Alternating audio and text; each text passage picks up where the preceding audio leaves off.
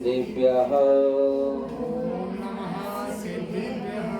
बोलो अनंतान परम सिद्ध भगवान की जय। पंच परमेष्टि भगवान की जय। 24 तीर्थंकर भगवान की जय। परम पूज्य गुरुदेवाचार्य भगवान वैष्णव जी मुनिराज की जय। बोलो मुनि श्री चिन्नानंद जी महाराज की जय। समस्त मुनि संघ की जय। धर्म स्नेही मानव,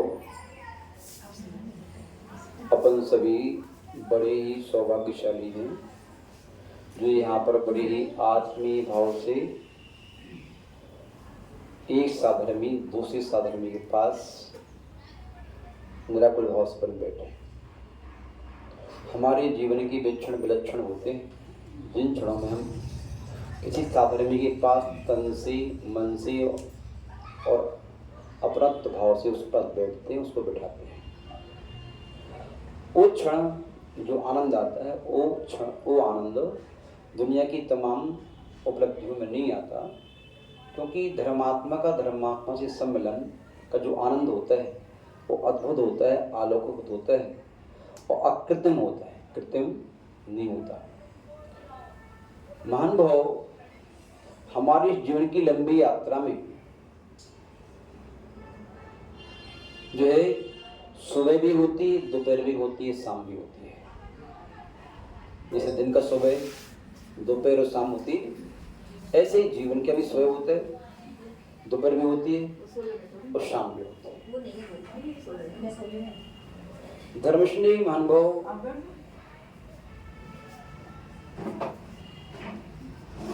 जो सुबह होती है बड़ी सुहावनी होती है। कैसे होती है? सुबह सुहावनी होती है। आ जाओ, अंदर आ जाओ, अंदर आ जाओ। बाहर जाओगे? नहीं तो अंदर आ जाओ। कौन सोले में है? कोई बात नहीं, 17 में रहो। तो सुबह बड़ी सुहावनी होती है, चाहे दिन की हो चाहे जीवन की हो, सुबह में बड़ा आनंद आता है। क्योंकि सुबह जो होती है वो शीतल होती है, पॉल्यूशन से रहित होती है, किसी प्रकार का पॉल्यूशन सुबह सुबह नहीं होता। ऐसी जो बाल अवस्था होती है वह बड़ी सरल, सहज और सुहावनी होती है। बाल अवस्था चाहे इंसान की हो चाहे पशु पक्षी की हो, सबके लिए मनमोहक होती है, मनोहर होती है, प्रिय होती है। लेकिन जो दोपहर होती है वो सूर्य के ताप से गर्म हो जाती है। क्या हो जाती है? शोरगुल प्रारंभ हो जाता है, कोलाहल प्रारंभ हो जाता है, पॉल्यूशन बढ़ जाता है। एक व्यक्ति दूसरे व्यक्ति की बात को सुनने के लिए लालायित हो जाता है, इतना शोर हो जाता है बाहर का। यहाँ तक कि कई बार तो स्वयं की आवाज भी स्वयं नहीं सुन पाती, दूसरी क्या सुनेंगे। दोपहर और जो शाम होती है तो सूर्य ढलते ढलते फिर धीमे धीमे ठंडक आना प्रारंभ हो जाती है। इसका जीवन के पीछे बड़ा रहस्य है और इस रहस्य को अपन समझ नहीं पाते। एक बार क्या हुआ, हम मात्र बाहरी दृश्यों को देख करके अपने आप को आकुल व्याकुल करते रहते हैं। किसी भी दृश्य को के अर्थ को हम परमार्थ से नहीं जोड़ पाते, और दुनिया के सारे दृश्य का जो अर्थ है वो परमार्थ से जुड़ सकते हैं यदि जोड़ना चाहो तो। है आपका नारियल सूखा हुआ भेद विज्ञान दर्शा रहा है, आपकी फूली हुई रोटी भेद विज्ञान बता रही है? आपकी चूल्हे में जलती हुई आग आपके लिए तप का संदेश दे रही है। आपका जल आपको सरल, शीतल और निर्बल बनने का संदेश दे रहा है। आपकी बहती हुई नदी आपको प्रगति करने के लिए जो है प्रोत्साहित कर रही है। आपकी वृक्ष आपके जीवन में सहनशीलता का, परोपकार का उपदेश दे रहे हैं। आपका सूर्य एक निस्वार्थ भाव से, साम्य भाव से सबके प्रति एक दृष्टि रखने का संदेश दे रहे हैं। लेकिन बस अंतर इतना है कि हम उसके अर्थ को परमार्थ से नहीं जुड़ पाते। जिनका भला होना है वो जोड़ लेते हैं, जिनका नहीं होना होता है तो उन्हीं विषयों से विषय कसाय की पुष्टि करके अपना संसार बढ़ा लेते हैं। महान भाव, एक सन्यासी महाराज वृक्ष के नीचे बैठे, जाप चल रही है। उसी वक्त 3 महिलाएं पानी भरने के लिए निकली, पानी भर के आ रही थी। कितनी महिलाएं थी? पीछे वाली ब्राह्मण की पत्नी थी, आगे वाली वैश्य की पत्नी थी, बीच की छत्राणी थी और पानी भर के आ रही थी। चर्चा चलती आ रही थी और महात्मा जी जाप कर रहे थे। क्या कर रहे थे?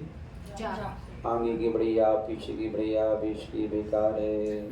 आगे की बढ़िया, पीछे की बढ़िया, बीच की बेकार है।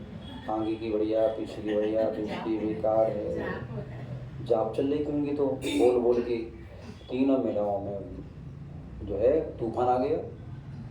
आगे की खुश और पीछे की खुश। तारीफ सुन करके सब खुश हो जाते हैं, भले ही झूठी तारीफ हो। क्या? तारीफ सुन के सब खुश, झूठी भी हो फिर भी खुश, निंदा सही भी हो फिर भी किसी को अच्छी नहीं लगती। इसलिए क्या करो, जीवन में कभी भी हो किसी की निंदा मत करो। सही हो तब भी नहीं करो और झूठ हो तब भी नहीं करो, क्योंकि निंदा किसी को कभी भी अच्छी नहीं लगती। बुराई किसी को अच्छी नहीं लगती। बुराई करना बड़ा है, बुराई सुनना बड़ा है और बुरा होना बड़ा है। बुरा तो बुरा ही, बुरा अच्छा कैसे हो सकता? और प्रशंसा सदैव अच्छी होती है। यदि आप प्रशंसा करने के आदी हैं तो सारी दुनिया को अपना बना सकते हैं, और यदि आप निंदा करने के आदी हैं तो आपकी व्यक्ति भी आपसे एक एक करके टूट जाएंगे, अकेले रह जाओगे आप। दृष्टि में नवलता लाओ, उसकी 100 अवगुणों में से 2 गुणों को छांट करके उसकी तारीफ करो, वो व्यक्ति आपका बन के रहेगा। और उसकी 100 बुराइयों में से 2 अच्छाई छांटना ही बुद्धिमानी है, और 100 अच्छाइयों में से 2 बुराई छांट करके उसके लिए उंगली करते रहना, ये अच्छी बात नहीं। महान भाव, वो महात्मा जी जाप कर रहे थे। पीछे वाली खुश, आगे वाली खुश और बीच वाली जलभुज की राख हो रही है। क्या हो रही है? राख। और राख का तात्पर्य जानते हो आप? राख कैसे कहते हैं? जब तक आग जल रही होती तब तक उससे दुनिया डरती है, और जब आग जल के राख हो जाती है उसमें कुत्ता भी पूंछ लाके बैठ जाता है।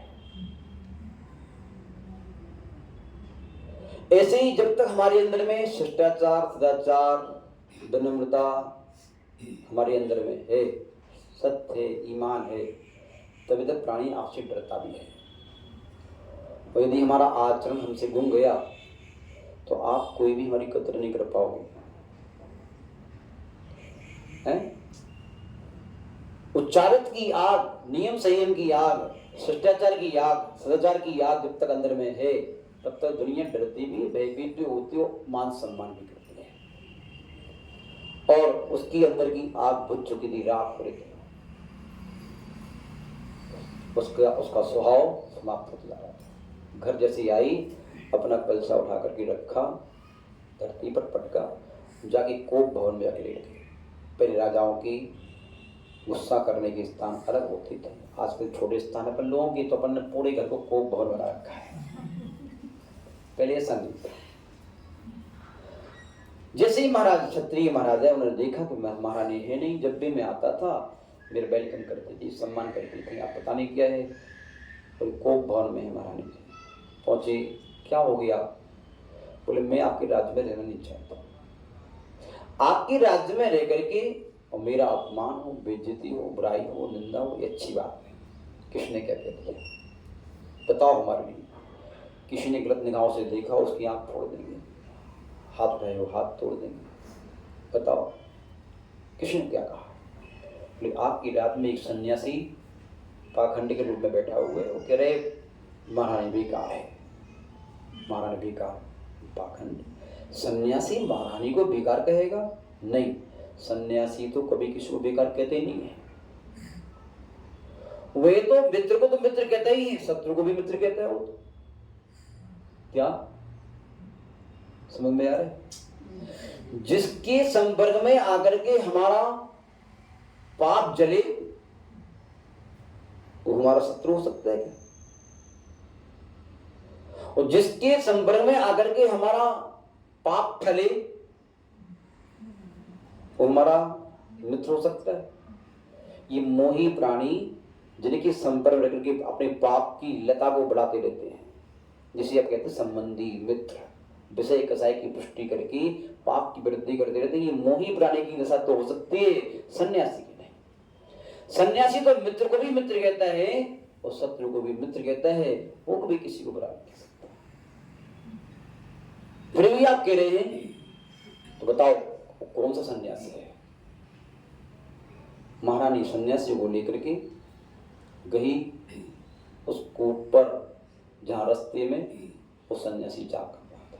साथ में 2 सैनिक की तलवार को लिए हुए, महाराज तलवार लिए हुए। महारानी जी हैं, महारानी की दासियां हैं। 8-10 व्यक्ति रथ पर बैठ सवार होकर के पहुंचे वहां पर। लेकिन महाराज मुनि महाराज जो महात्मा जी थे उनकी जाप अभी भी चल रही थी। क्या चल रही थी?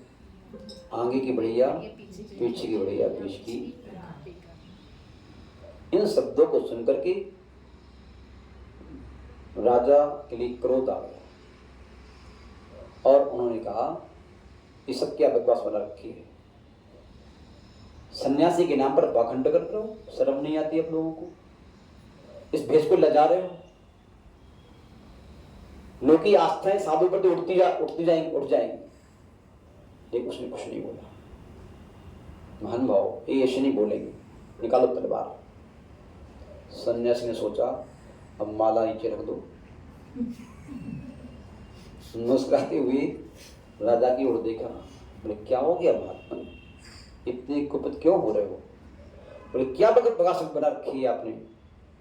तो क्या हो गया आपको? जाप चल रही, मेरा ये मंत्र है। क्या है? मेरा मंत्र है। ये कोई मंत्र होता है? आगे की बढ़िया पीछे की बढ़िया बीच की बेकार है। हमें पागल बना रहे हो, स्त्रियों पर गंदी निगाहें डालते हो है? और मंत्र नहीं राजा, ऐसी बात नहीं है। विराजी उसका अर्थ बता। एक पटेल पड़ी थी, ठंडा जल लीजिए। क्या लीजिए? शांति से बैठिए। जब भी किसी को कोई व्यक्ति लेटा हो, गुस्सा आ जाए तो आंख खुलती है, फिर बैठ जाता है। गुस्सा और ज़्यादा हो तो खड़ा हो जाता है, और ज़्यादा गुस्सा आ जाए तो हाथ में लाठी मुक्का बन जाता है, और ज़्यादा गुस्सा आ जाए तो लाठी आ जाती है, और ज़्यादा गुस्सा आ जाए तो तलवार हाथ में आ जाती है। महान भाव, किसी गुस्सा को शांत करना हो, जवाब देना हो, तुरंत जवाब मत दो। पहले उसके क्रोध को शांत करो। बात कहोगे तो उसको समझ में आएगी, अन्यथा क्रोध की आवेश में बात समझ में नहीं आती। बैठा दिया। महाराज को पानी डाला, दोपहर करते पानी मंगाया, ठंडा पानी पिलाया, वो बात कहना पड़ा। युवराज हमारा मंत्र है आगे की बढ़िया पीछे की बढ़िया बीच की बेकार है। तो प्रारंभ की उम्र होती है और प्रारंभ का दिन का प्रारंभ होता है। दिन का प्रारंभ हमारे जीवन को प्रकाशमय कर देता है। कैसे करता है? शांत होता है, शीतल होता है, आनंददायक होता है। और ऐसे जीवन का प्रारंभ जो होता है बाल अवस्था भगवान का रूप होती है, मनमोहक होती है, अंदर बाहर से एक होती है, कोई विकल्प नहीं होता, कसाय की मंदता होती है, इच्छाओं की मंदता होती है। श्री बाल अवस्था बहुत सुंदर है।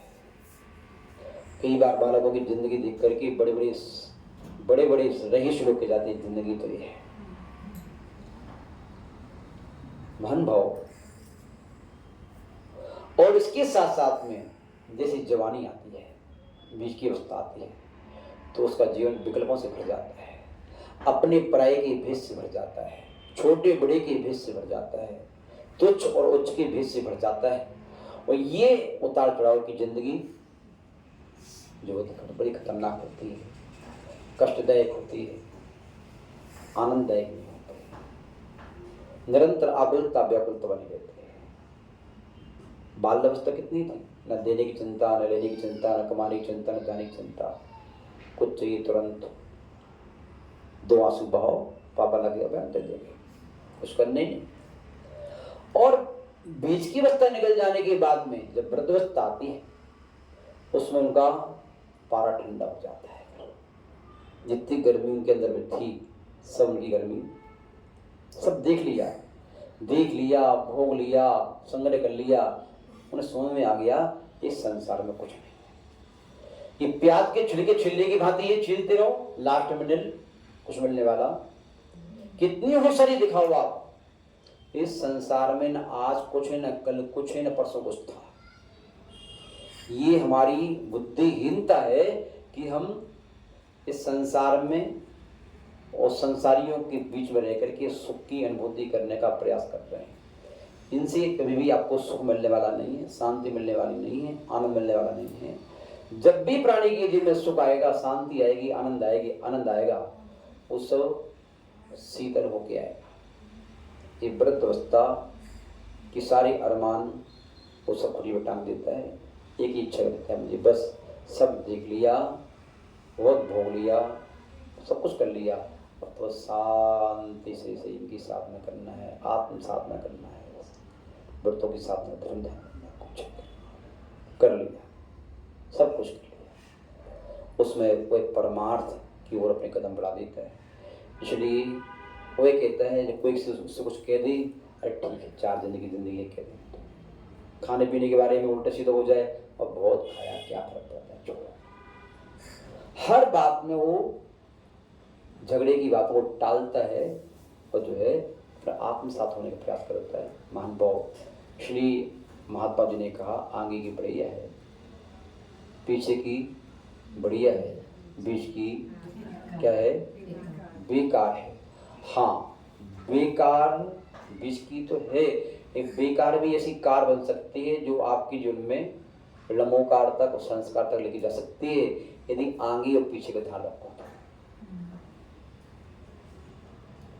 जन्म और मृत्यु के बीच में आप चल रहे हो, आपकी जवानी चल रही है, आप अंत का भी ध्यान रखो और प्रारंभ का ध्यान रखो। कहीं से हमारा जीवन प्रारंभ हुआ था और कहीं पर हमारा अंत हो जाएगा। जब प्रारंभ हुआ था तो कैसे आए थे, तो अंत होगा तो कैसे जाओगे। कारण और परिणाम को जानने के बाद में आपका कृत्य होगा तो आपका परिणाम बहुत सुखद होगा। क्या, कैसे आए थे, जाओगे कैसे। राजा भोज के बारे में आता है, जब मृत्यु होने की पहले उसने कह दिया कि जब मैं मरूं तो मरने के बाद मेरी अर्थी निकाली जाए तो अर्थी की बाहर मेरे दोनों हाथ बाहर कर देना, एक हाथ काला कर देना और एक हाथ प्रबित कर देना। क्यों राजन, वो इसलिए जिससे लोग जान जाए, धार नगरी के लोग, कि मैंने पूरे जीवन भर अभूतपूर्व संपत्ति कमाई, राजपाट का विस्तार किया, कितना सेना तैयार की, सब कुछ तैयार किया, एक मरने के बाद मेरा शरीर भी मेरे साथ में जा रहा है, शरीर भी मरकर तक जाएगा, जल के राख हो जाएगा, यहीं पर जाएगा क्या, देख लो आप। ये हाथ, एक काला, ये सभी प्रकार का प्रतीक है। इन सारी बाहरी विभूतियों को निमित्त बना करके जो मैंने परिणामों को विशुद्धि बनाई है अथवा परिणामों को संकलित किया है, जो अपनी संपत्ति का, शरीर का, संबंधों का धर्मात्मा के लिए सदुपयोग कर पाया हूँ परिणामों की निबलता से, इसलिए मेरी वो पुण्य मेरे साथ जाएगा। अथवा संपत्ति से, शरीर से, संबंधों से जो संकलित परिणामों को करके विषय कसाई की वृद्धि करके जो पाप कमाए तो वो साथ जाएंगे, और साथ को जाने वाला नहीं है। जैसे ये दुनिया सदाचार, शिष्टाचार, विनयाचार को स्थान दे सके और संपत्ति के पीछे पागल होकर की जिंदगी न बिताए। महान भाव ऐसा कहकर के राजा भोज मरा था। अपन लोगों के लिए भी जो है आगे की बढ़िया है, पीछे की बढ़िया है, बीच की बेकार है, लेकिन बीच की एक ऐसी कार है, यदि उसका बैलेंस बढ़िया है, ब्रेक अच्छे हैं, लाइट अच्छी है, ड्राइवर अच्छा है, तो वो भी कार आपको वहाँ के लिए जा सकती है। और यदि बैलेंस नहीं है, आपका आगे पीछे वाले का ध्यान नहीं है, तो बीच की कार नियम से आपको गड्ढे में डालने वाली है। अंत का जिसको ख्याल रहता है वो संत के पास बैठता है, जिसको अंत का ख्याल रहता है वो संत कभी बन भी जाता है। जिसे अंत का ख्याल नहीं है वो वर्तमान की संपत्ति का, पद का, प्रतिष्ठा का सही जगह पर, सही समय पर, सही भावों से सदुपयोग नहीं कर पाता, महान भाव इतना ही कहकर अपनी वाणी को विराम देते हैं। परम पूज्य गुरुदेव आचार्य भगवान वैष्णव मुनिराज की जय। बोलो मुनि श्री जिनानंद जी महाराज की जय। समस्त मुनि संघ की